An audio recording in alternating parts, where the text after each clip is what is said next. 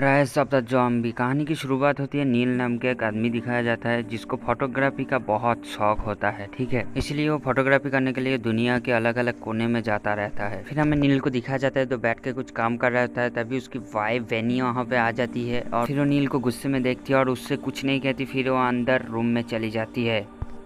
फिर उसके पीछे पीछे नील भी वहाँ पे जाता है और उससे पूछता है तुम्हें क्या हुआ है, तुम मुझसे ऐसे बात क्यों करते हो। तभी विन्नी गुस्सा होकर बोलती है तुम मुझे बिना बताए 2-3 हफ्तों के लिए गायब हो जाते हो, कहाँ जाते हो कुछ खबर नहीं रहता। तुम ऐसी जगह पे जाते हो जहाँ पे मैं तुम्हें कॉल तक नहीं कर सकती। तुम इस जगह पे रहते ही नहीं हो, कुछ दिन यहाँ तो कुछ दिन और कहीं चले जाते हो, लेकिन अब बस हमारे बीच में जो कुछ है मुझे वो खत्म करना। फिर वो गुस्से में अपने कमरे में चली जाती है और अपना सामान पैक करने लगती है और नील उसे दरवाजा खोलने के लिए कहती है, पर वो विनी दरवाजा नहीं खोलती। फिर कुछ देर बाद दिखाया जाता है कि विनी अपने सामान पैक करके घर के लिए निकल जाती है, लेकिन नील उसे नहीं रोकता। फिर कुछ दिन बाद हमें नील को दिखाया जाता है जो अपना सामान पैक कर रहा था।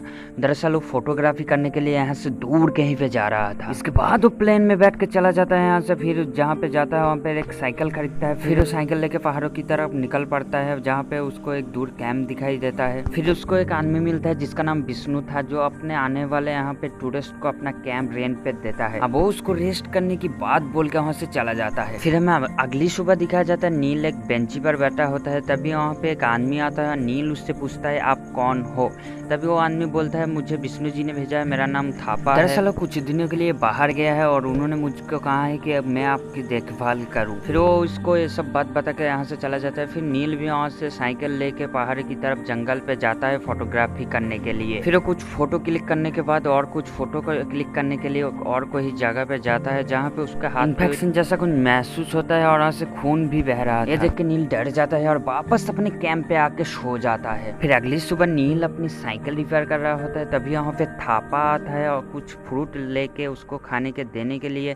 फिर नील कहता है यहाँ पे नेटवर्क नहीं है, मुझे कॉल करना हो, तो इसलिए वो शहर पे जाता है। पास के ही शहर है, वहाँ पे जाने लगता है। फिर साइकिल लेकर वहाँ पे जाता है। फिर कुछ खाने के सामान खरीद के फिर कॉल करता है बिनी को, पर बिनी फ़ोन नहीं उठाता। फिर वो अपने दोस्त मजहर को कॉल लगाता है और उसको कहते हैं कि मैं यहाँ पे रुका हूँ जहाँ हम दोनों पहले रुके थे, तू आके मुझे ज्वाइन कर सकता है। उस पर रिप्लाई देते हुए मजहर कहता है कि मैं अभी नहीं आ सकता, मैं एक ट्रिप पे हूँ जो 5 दिन का है, तो उसके बाद मुझे अगर टाइम मिले तो जरूर आऊँगा। नील उसको कहता है ट्रिप के बाद सीधा मेरे पास आके ज्वाइन दे देना। फिर वो वहाँ से निकल जाता है। रास्ते में उसका हाथ पे जहाँ पे इन्फेक्शन हुआ था वहाँ पे थोड़ा दर्द होने लगता है। फिर वो रास्ते में कहीं रुक के फिर वहाँ पे उसको इन्फेक्शन हुई हाथ पे पानी छिड़कता है और देखता है कि इन्फेक्शन धीरे धीरे बढ़ने लगा। ये देखकर वो थोड़ा घबरा जाता है और साइकिल लेके वहाँ से निकल पड़ता है अपनी कैंप। थोड़ी देर बाद वो कैंप पहुँचता है और देखता है कि रात हो चुका है। तभी उसके हाथ पे बहुत जहाँ पे इन्फेक्शन हुआ था वहाँ बहुत दर्द कर रहा है। फिर नील अपने कैंप पे जाके सो जाता है और उसको नींद में कुछ बहुत बुरे सपने आते हैं। उसका आधी रात में नींद टूट जाता है। तभी वो अपना हाथ को देखता है जहाँ पे इन्फेक्शन हुआ था, बहुत जलन हो रही थी।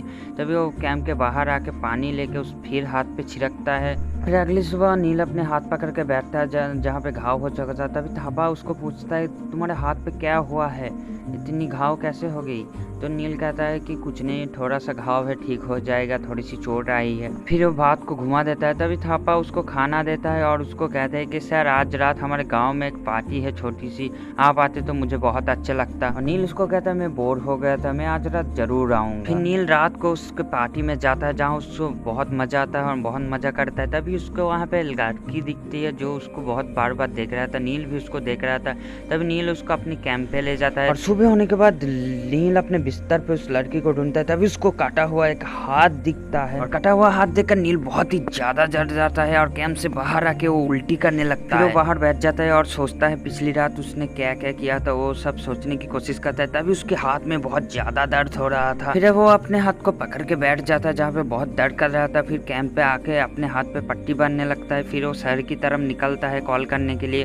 फिर वो भीला को कॉल करने की बहुत कोशिश करते हैं पर भीला फोन नहीं उठाता। फिर वो एक आदमी का फोन लेके भीला को कॉल करने की कोशिश करता है पर भीला कॉल नहीं उठाता, बहुत बार ट्राई करता है। फिर वो उस आदमी को अपने मोबाइल देके अपने कैंप की तरफ निकलता है। फिर वो कैंप पे आके अपने हाथ को देखता है। फिर वो अपनी पट्टी निकलने लगता है जहाँ पे बहुत ज्यादा दर्द होता है और घाव बहुत ही ज्यादा बढ़ गया था और उसको बहुत ज्यादा दर्द हो रहा था। फिर वो वहीं पे सो जाता है और कुछ देर बाद का नींद खुलता है। तब वो देखता है कि उसका हाथ में ज्यादा ही घाव और भी बढ़ रहा था और कई जगह फैल रहा था। अब नील बहुत ही कमजोर होने लगा था। तभी वो धीरे धीरे चलता है। फिर एक फ्रूट लेता है और उसको खाने लगता है। अब वो लड़खड़ा के चलने लगता है। फिर कुछ देर चलने के बाद वहीं पे वो बेहोश होके गिर जाता है। कुछ देर बाद उसकी आंखें खुलती है। फिर वो अपनी कैंप की तरफ धीरे धीरे जाता है। फिर वो कैंप पे कॉर्नर पे आके बैठ जाता है और विनी को कॉल करने की कोशिश करता है, पर विनी उसका कॉल नहीं उठाता। अगली सुबह नील खुलने के बाद वो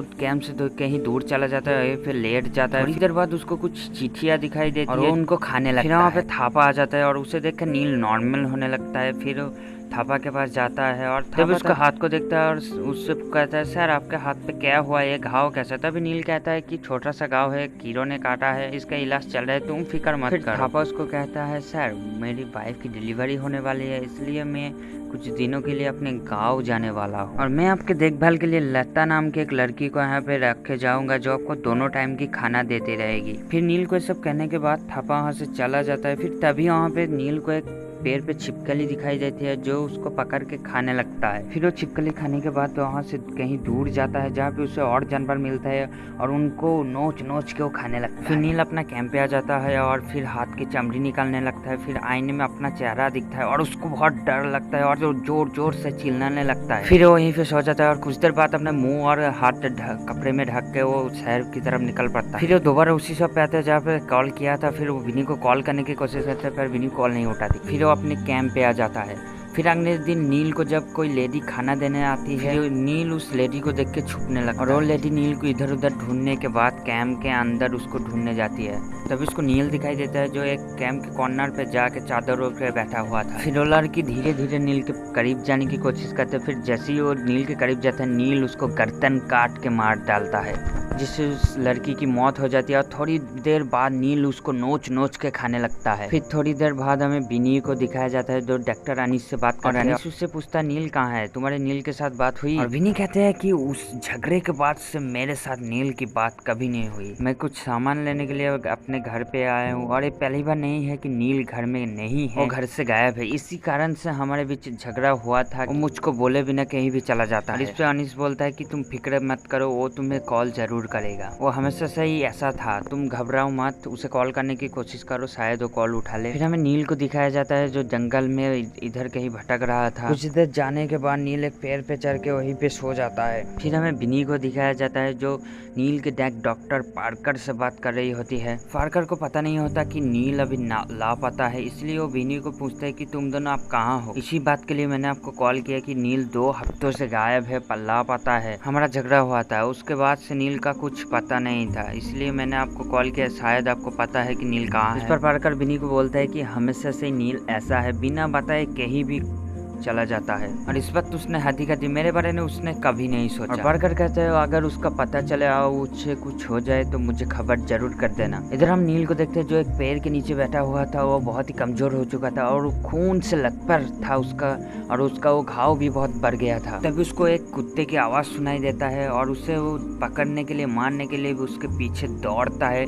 फिर जैसे ही उसको पकड़ लेता है वो उसको नोच नोच के खाने लगता है। फिर इधर हम देखते हैं पार्कर और विनी को, जो विनी को कहती है कि मुझे नील का ध्यान रखना चाहिए था, जो नील की मॉम गुजरने के बाद मैं उसका ध्यान नहीं रख पाया, मैं अपने काम पे ज्यादा ही बिजी रहने लगा, कभी भी उसका ठीक तरह से ख्याल नहीं रखा मैंने। और विनी पार्कर को बोलता है कि अंकल आप खुद को इन सब के जिम्मेदार क्यों ठहराते हो, नील ही ऐसा है तो आपकी क्या गलती है इसमें? अंकल मैं आपके दर्द को समझता हूँ क्योंकि नील मुझसे भी कभी भी ऐसा बात का खुलासा नहीं किया। तभी पार्कर के आंखों में आंसू आ जाते हैं और नील को इधर उधर ढूंढने लगती है। और फिर हमें नील को दिखाया जाता है जो खून से बहुत बुरी तरीके से लथपथ होकर रखा था, वो एक जिंदा लाश यानी कि ज़ॉम्बी बन गया। फिर हमें अनीस और विनी को दिखाया जाता है और दोनों डिस्कस कर रहे हैं नील कहाँ गायब हो सकता है, कहाँ जा सकता है। तभी विनी उसको कहती है अनजानी नंबर से कॉल आया था, शायद वो नील हो सकता है। तभी वो दोनों फिर से उसी नंबर पे कॉल करते हैं पर फोन कोई नहीं उठाता है।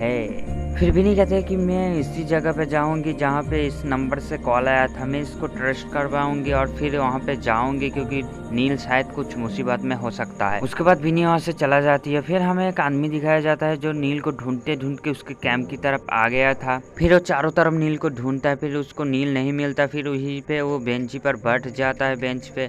फिर तभी उसको कुछ नजर आता है जिसको देखकर वो बहुत डर जाता है। तभी वो वहाँ से भागने लगता है। तभी नील आ जाते हैं और उसको गर्दन पकड़ के उसको मार डालता है। फिर उसे मारने के बाद नील उसको खा जाता है। फिर हमें अनीस और विनी को दिखाया जाता है जो नील का कंप्लेन ले करने के लिए पुलिस स्टेशन जाते हैं और पुलिस उनकी रिपोर्ट भी दर्ज कर लेती है। फिर पुलिस स्टेशन से नील का पोस्टर लगाया जाता है मिसिंग करके और उसको न्यूज में भी दिखाया जाता है जो मिसिंग है। फिर हमें नील को दिखाया जाता है जो किसी का मांस खा रहा होता है। फिर तभी यहाँ पे थापा आ जाता है और थापा को देखकर नील इधर उधर छुपने लगता है। फिर तभी थापा भी उस नील को ढूंढने लगता है। फिर थापा पे वो हमला कर देता है। थापा उसको देखकर बहुत डर जाता है। फिर नील धीरे धीरे उसकी तरफ बढ़ता है और उसका दिल निकाल के खा जाता है और वही फिर थापा का मौत हो जाता है। और वहाँ पे जो भी टूरिस्ट जंगल में कोई घूमने आता था नील उसको मार के खाने लगता था। फिर हमें विनी को दिखाया जाता है और उसको पता लगता है कि नील कौन से मॉल से उसको कॉल कर रहा था। फिर वो दोनों निकल जाते हैं उस मॉल की तरफ। हमें कुछ दिनों के बाद जंगल का सीन दिखाया जाता है जहाँ नील की तरह ही एक आदमी आता है। उसको फोटोग्राफी का बहुत शौक होता है। फिर नील उसको देख के उसको मार डालता है और उसको नोच नोच के खाने लगता है। और नील अब पहले जैसा नहीं था, वो और भी डरावना और भी डेंजरस और भी खतरनाक हो गया था। फिर हमें और कुछ दिनों के बाद की सीन दिखाया जाता है जहाँ पे एक झूले पे एक बच्चा झूल रहा था जो जॉम्बी बन चुका था। और वो बच्चा ही नहीं, वहाँ पे जो भी आदमी था सब जॉम्बी बन चुके थे। फिर हमें एक आदमी को दिखाया जाता है जो भागते हुए आता है। फिर उसको एक जॉम्बी हमला कर देता है और उसको नोच नोच के खाने लगता है। फिर आ जाते हैं डॉक्टर पार्कर और विनीस वहाँ पे आ जाते हैं। फिर वो जॉम्बी को देख के मार देता है इसको। फिर वो दोनों और भी जॉम्बी को मारने के लिए निकलते हैं। खून के पैसे जॉम्बी उनके पीछे पड़ जाते हैं और ये मूवी यहीं पे डी एंड हो जाता है। तो आपको कैसा लगा मेरा एक्सप्लेनेशन? अगर अच्छा लगा हो तो चैनल को सब्सक्राइब, लाइक एंड शेयर करना मत भूलिएगा प्लीज।